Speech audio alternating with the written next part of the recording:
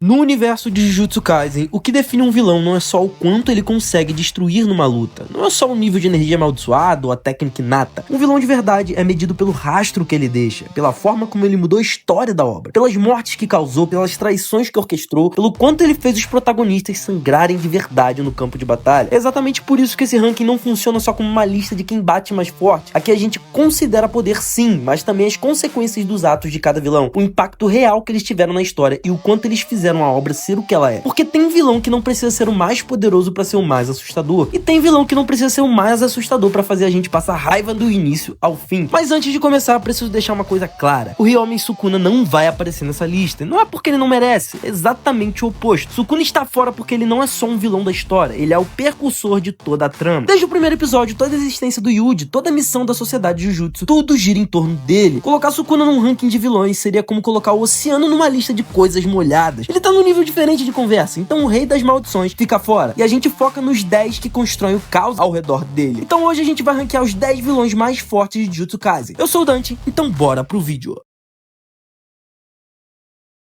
Abrindo nosso ranking em 10º lugar, Haruta Shigemo. E olha, antes de qualquer coisa eu preciso ser honesto com vocês. O Haruta não tá aqui porque ele é o vilão mais poderoso da obra, ele tá aqui porque poucos personagens nessa série conseguiram fazer a gente passar tanta raiva em tão pouco tempo. Haruta é um mestre de maldições, alinhado à facção de Kenjaku, covarde, sádico e especialista em atacar quem já tá no chão. Ele não é o tipo de antagonista que vai pra um confronto direto com alguém que pode bater nele de volta. O cara literalmente esperava o momento certo pra dar uma facada pelas costas, e foi exatamente isso que ele fez com o Megumi, já exausto depois de uma batalha pesada, levando uma espada traiçoeira sem aviso nenhum. A técnica dele, chamado Milagre Armazenado, é uma das mais irritantes da obra. Ele passa a vida guardando pequenos milagres cotidianos, aquelas coincidências boas que qualquer um vive, e converte isso em proteção automática quando a vida dele tá em risco. Na prática, isso significa que quando alguém finalmente chega perto de acabar com ele, um desses milagres armazenados intervém e salva o idiota. É basicamente uma técnica feita pra deixar o fã com raiva mesmo. E falando em raiva, a cena dele chutando a Karinita no chão, ferida e indefesa, enquanto provocava Nobara, cara, uma das cenas que mais gerou ódio da fandom em todo o arco de Shibuya. Ele era esse tipo de antagonista que você torce pra ver levar uma surra de verdade. E aí veio Nanami. Quando Kento Nanami finalmente chegou e deu ao Haruta exatamente o que ele merecia, foi um dos momentos mais satisfatórios de toda a temporada. O cara apanhou tanto que perdeu os dentes da frente. Nanami não foi lá pra fazer uma luta épica, foi lá pra descascar o braço naquele infeliz, e funcionou perfeitamente. Mas além de todo esse papel de vilão pra fazer a gente ferver de raiva, o Haruta teve uma participação real importante no incidente de Shibuya. Ele foi um dos responsáveis por patrulhar e manter o perímetro da barreira erguida em Shibuya, aquela cortina que impediu a entrada e a saída dos não feiticeiros e que foi a estrutura base de toda a operação do Kenjaku. Sem essa barreira de pé, o plano de selar o Gojo não funcionaria, e o Haruta fez parte do time que garantiu que ela ficasse lá. Então sim, ele fica em 10º lugar, não pelo poder, não pela profundidade do arco, mas pelo combo de irritar a gente do início ao fim, e ainda tem um papel real numa das operações mais importantes de toda a obra. Em 9º lugar, Reg Star, um dos antagonistas mais táticos e inteligentes do jogo do abate. Reg é um feiticeiro reencarnado da Era Heian, trazido de volta por Kenjaku para participar do jogo do abate na colônia de Tóquio número 1. E diferente de muitos participantes que simplesmente saíam matando por pontos, Reg tinha uma estratégia. Ele montou um grupo de aliados, instalou uma base operacional em Shinjuku e usava uma assistente chamada Remi como isca para atrair feiticeiros potencialmente úteis, ou eliminar os que consideravam fracos. Isso sozinho já diz muito sobre o nível de inteligência operacional desse cara. A técnica dele é a recriação contratual, também conhecida como a técnica do recibo. O que parece uma piada vira coisa séria rápido. Reg guardava recibos de praticamente tudo, e queimando esses documentos com energia amaldiçoada, ele materializava os objetos correspondentes na hora. Facas, motos, carros inteiros, casas. O cara literalmente invocou um prédio para cair em cima do Megumi durante a luta deles. A versatilidade é absurda e a adaptação tática era de um nível diferente. Além disso, Reg não era leal ao Kenjaku. Ele desconfiava dos planos do cara e tinha suas próprias intenções dentro do jogo. Antes de morrer, ele chegou a dar informações estratégicas pro Megumi sobre a natureza real do jogo do abate, o que mostra que ele pensava vários passos à frente. Reg fica no 9º lugar porque era um antagonista completo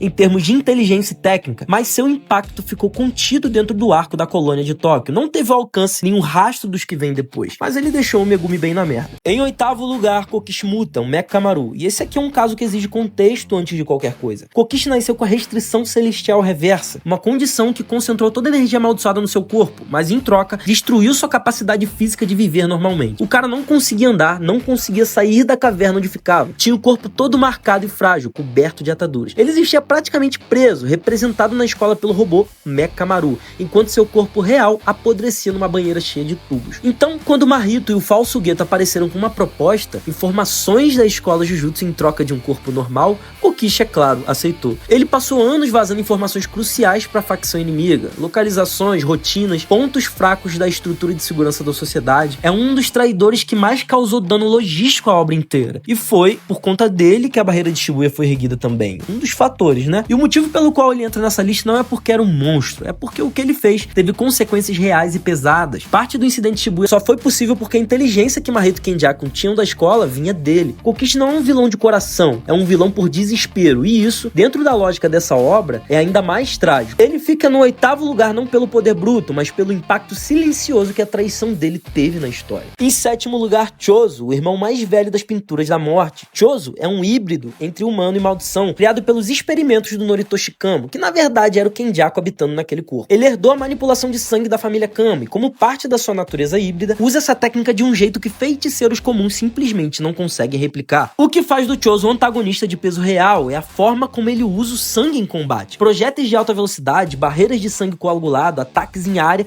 e uma técnica chamada supernova, onde ele libera o próprio sangue do corpo em velocidade e densidade absurdas. Como ser híbrido, tem resistência física acima do normal e não sente dor da mesma forma que humanos. Na luta contra o Yuji Itadori, Chozo dominou completamente o combate durante boa parte do confronto. O Yuji, que já tinha derrotado feiticeiros e maldições de alto nível, estava claramente inferior ali, e isso já diz muito. Mas o impacto do Chozo vai além do combate direto. Ele era uma das peças mais poderosas da facção do Kenjaku, e a virada dele pro lado dos protagonistas mudou o equilíbrio de força de um jeito significativo. Ele fica no 7º lugar por ser um combatente de nível especial, com uma técnica devastadora, mas cujos atos como vilão ficaram concentrados antes da sua mudança de lado. Em 6º lugar, Naoya Zenin. Naoya é o filho do patriarca do clã Zenin, herdeiro direto de uma das famílias mais poderosas e mais podres de toda a obra. E ele carregava essa linhagem com orgulho total, era arrogante, elitista e tinha um talento de combate real. O cara era considerado um dos feiticeiros mais rápidos do mundo moderno, perdendo só pro Gojo e pro próprio pai Naobito. A técnica dele, a feitiçaria de projeção, permitia que ele se movimentasse dividindo cada segundo em 24 quadros, o que na prática tornava seus golpes quase impossíveis de rastrear para qualquer um que não soubesse dessa regra. Rápido, preciso e com uma arrogância que combinava perfeitamente com o nível de ameaça que ele representava. E quando ele voltou com maldição depois de ser morto pela Maki, ficou ainda mais perigoso, manteve a consciência, a personalidade, o ódio e passou a ter a regeneração de um espírito amaldiçoado. Um homem que já era difícil de parar virou uma maldição consciente com os mesmos instintos de combate e sede de vingança. Ele fica no 6º lugar porque, diferente dos anteriores dessa lista, Naoya era uma ameaça individual de nível real, com técnica de combate que poucos conseguiriam acompanhar. O impacto dele pode ter sido localizado no arco do clã Zenin, mas dentro daquele arco, ele foi uma das presenças mais perigosas que a Maki já enfrentou. Em 5º lugar, Jogo, o espírito amaldiçoado de classe especial, talvez mais subestimados dessa lista. Jogo representa o ódio da terra, da natureza e do ambiente. Sua aparência já reflete isso, a cabeça de vulcão em vez de rosto humano, temperatura corporal que derrete qualquer coisa ao redor, e sua técnica de fogo e magma é tão devastadora que qualquer feiticeiro comum simplesmente não teria condições de entrar em campo contra ele. A expansão de domínio dele, o caixão da montanha de ferro, transforma o espaço em um vulcão ativo, com acerto garantido de magma e explosões. Quase transformou Shibuya inteira no cemitério quando usou contra o Sukuna. Isso por si só já diz muito sobre a escala de destruição que esse cara carregava. Mas o que coloca Jogo no 5º lugar não é só o poder bruto, é o papel estratégico que ele teve em tudo que aconteceu.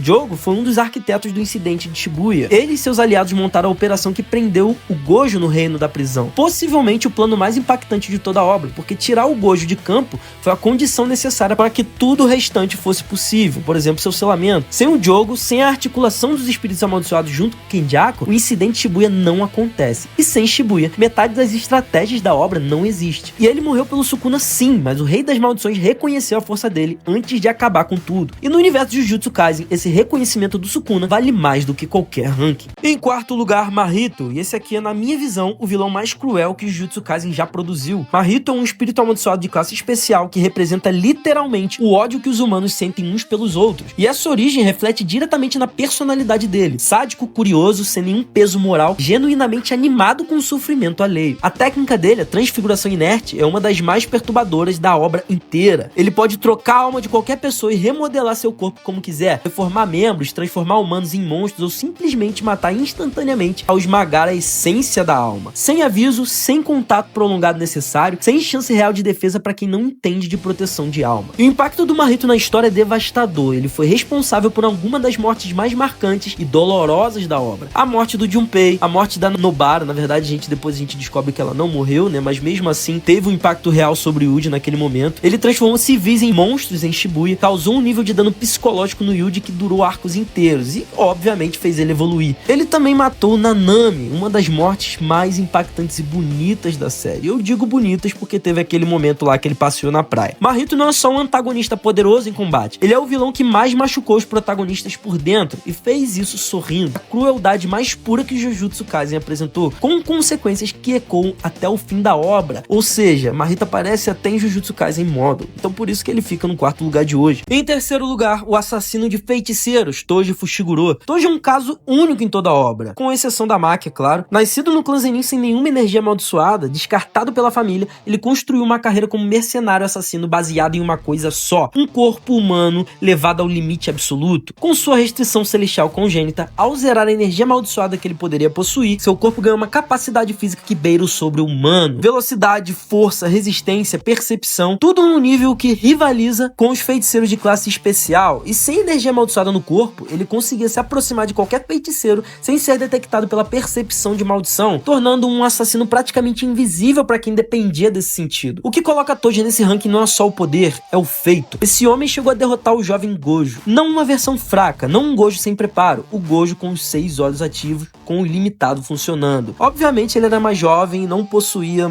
total conhecimento da energia reversa, mas Toji encontrou a brecha, explorou as limitações do domínio e venceu. Isso é algo que pouquíssimos personagens em toda a obra conseguiriam fazer. Além disso, o impacto indireto do Toji na história é enorme. Ele foi o catalisador que forçou o Gojo a evoluir, encontrar a energia reversa e se tornar o feiticeiro mais forte da era moderna. Sem a quase morte que o Toji causou, o Gojo que a gente conhece talvez nunca existisse. Toji fica no terceiro lugar por ser um vilão que, sem nenhuma técnica amaldiçoada, chegou perto de mudar toda a história da obra. Em segundo lugar, Suguru Geto. E se você assistiu Jujutsu Kaisen Zero, você sabe o peso desse nome. Geto foi o melhor amigo do Gojo, foram os dois alunos mais talentosos da sua geração, e por um tempo andaram juntos, confiaram um no outro e defenderam os mesmos valores. A queda do Geto é uma das histórias mais pesadas da obra inteira, e o que ele se tornou depois dessa queda é sinistro. Como vilão, Geto é completo em todos os sentidos. A técnica dele, a manipulação de maldição, permite que ele absorva espíritos amaldiçoados e as utilize como armas e aliados. Com isso, ele construiu um arsenal de maldições ao longo dos anos que tornava cada confronto uma guerra de desgaste. Ele não precisava ser o mais forte individualmente se tinha um exército de maldições trabalhando antes dele. Mas além do poder, Geto tinha algo que a maioria dos vilões dessa lista não tem: liderança e ideologia. Ele construiu uma organização inteira em torno da sua visão de mundo, recrutou aliados de peso e coordenou operações que colocaram a sociedade Jujutsu em xeque-mate múltiplas vezes. O impacto dele na obra é permanente. O incidente Shibuya tem a mão dele, ou do Kenjaku usando o corpo dele, né? A morte de Haibara no passado tem a mão dele. O nível do trauma que o Gojo carrega até hoje tem a mão dele. Geto fica em segundo porque combina poder real, liderança estratégica e impacto emocional na obra que nenhum outro vilão dessa lista consegue igualar. E chegamos no topo do nosso ranking, o único lugar que ele poderia ocupar: Kenjaku. Porque se a gente tá falando de poder combinado com consequências dos atos, ninguém chegaria perto. Kenjaku é um feiticeiro que existe há mais de 1000 anos, trocando de corpo em corpo, carregando sua consciência e seus planos através de eras inteiras da história humana. Ele foi o Noritoshi Kamo que conduziu experimentos monstruosos e criou as pinturas da morte. Ele foi o Suguru Geto que liderou toda a articulação que resultou no incidente em Shibuya, e em cada corpo, em cada era, ele deixou um rastro de consequências que moldaram o mundo de Jujutsu Kaisen. Inclusive, ele foi a mãe do Yuji, né? Em termos de poder, Kenjaku herdou a manipulação de maldição do Geto, o que já o coloca em um nível de ameaça absurdo. Mas além disso, ele tem séculos de conhecimento e técnicas acumuladas sobre feitiçaria, barreiras, votos vinculativos e manipulação política. Ele não é só um combatente, ele é um sistema inteiro operando sozinho. E as consequências dos atos desse cara: o jogo do abate que colocou milhares de pessoas em colônias amaldiçoadas para se matarem por pontos, a ativação de Ten, que ameaçou fundir consciências humanas em uma entidade única, a prisão do Gojo no reino da prisão, a criação das pinturas da morte, experimentos em seres humanos há mais de 100 anos. Praticamente cada evento catastrófico da obra tem o dedo dele. Ele não é um vilão que causa dano pontual, ele é a causa da raiz de tudo. Uma inteligência que opera em escala escala de séculos, cujos planos são tão longos e tão profundos que os personagens passam a obra inteira só reagindo ao que ele já construiu. Kenjaku fica em primeiro lugar porque nenhum outro vilão dessa lista, nem em poder, nem em impacto, nem em consequências reais, chega perto do que esse homem de 1000 anos representou para a história de Jujutsu Kaisen e os planos que ele articulou. E olhando para esses 10 nomes juntos, fica claro porque Jujutsu Kaisen é uma obra que trata seus vilões com uma seriedade diferente. Do Haruta, que não precisou ser o mais forte para ser um dos mais odiados, até o Kenjaku, que construiu um apocalipse com paciência de quem tem tempo infinito. Do Kokishi, que traiu por desespero, até o Mahito, que destruiu por prazer. Cada um deles deixou uma marca, uns no campo de batalha, outros na psicologia dos protagonistas, outros na própria estrutura do mundo da feitiçaria. E é exatamente esse rastro, não só o poder, mas o impacto real, que faz deles os vilões mais memoráveis dessa obra. Eu vou ficando por aqui, deixa um like grátis se você curtiu o conteúdo e se inscreve no canal para dar aquela força pra gente, hein? Valeu, falou!